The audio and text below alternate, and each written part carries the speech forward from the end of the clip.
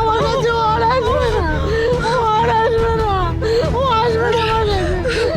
কি করেছে ভগবান আমাকে ঠিক রাখতে দিয়েছে। আমি মেরেছি, আমি মেরেছি, জানো তো? জানো আমি মেরেছি, আমি অন্যায় করেছি, আমি ওকে অমানুষের মতো মেরেছি। ভগবান ঠিক রাখতে দিয়েছে।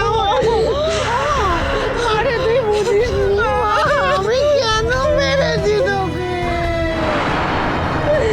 সবাই তোর নামে খারাপ কথা বলে, সবাই বলে আমি সহ্য করতে পারি না, আমি তোর বদনাম সহ্য করতে পারি না, আমি তাদের মারতে পারিনি মা, আমি তোকে মেরেছি।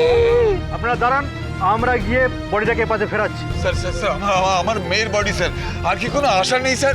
আমার কি তাহলে সব শেষ হয়ে গেল স্যার? সব কিছু শেষ।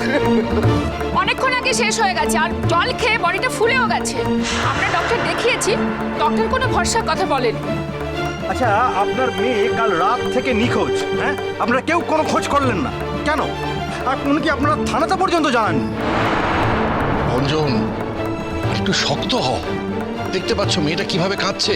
মুখটা ফেরাক, তারপর দেখা যাবে। এখন একটু শক্ত হও, তুমি শক্ত হও।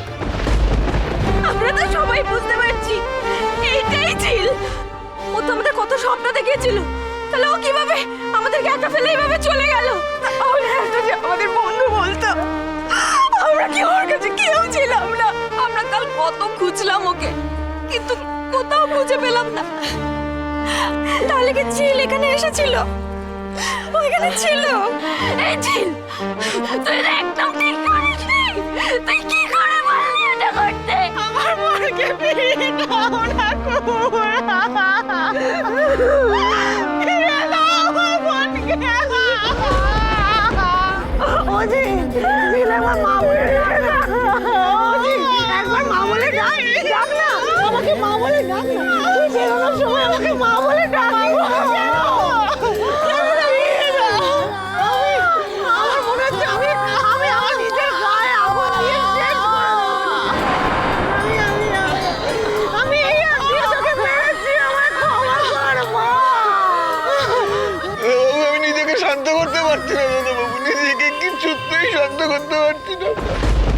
মেয়েটা যে এত ভালোবাসতাম কোনোদিনও বুঝতে পারিনি। ছোটবেলায় ওর লেখাপড়ার করার খুব ইচ্ছা ছিল, খুব ইচ্ছা ছিল, কিন্তু কি করবে, অভাবের সঞ্চয় দাদাবাবু।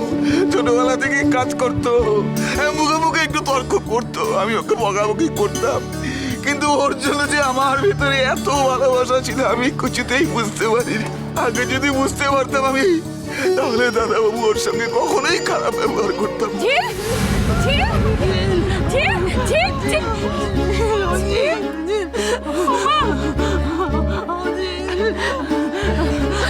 এইভাবে কাঁদছিস?